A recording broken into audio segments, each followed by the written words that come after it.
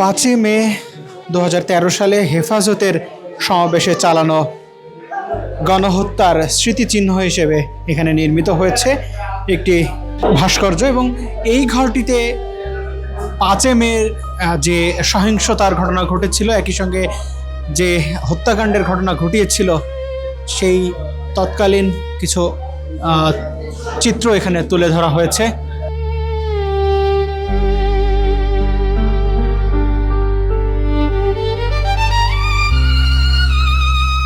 ছবি এবং ভিডিওর মাধ্যমেই মূলত এই ঘরটিতে 5 মে যেই হত্যাকাণ্ড চালানো হয়েছিল সেই স্মৃতিচিহ্নগুলো তুলে ধরা হয়েছে।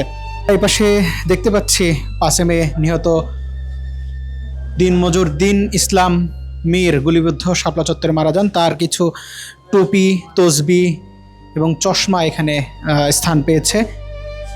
পাশেই রয়েছে সেদিন ব্যবহৃত টিয়ার শেল এবং শটগানের গুলির কিছু খোসা এখানে আমরা দেখতে পাচ্ছি। 5 মে নিহত শহীদ আলমগীরের ব্যবহৃত মোবাইল এবং তার সানগ্লাস জুলাই স্মৃতি জাদুঘরে স্থান পেয়েছে।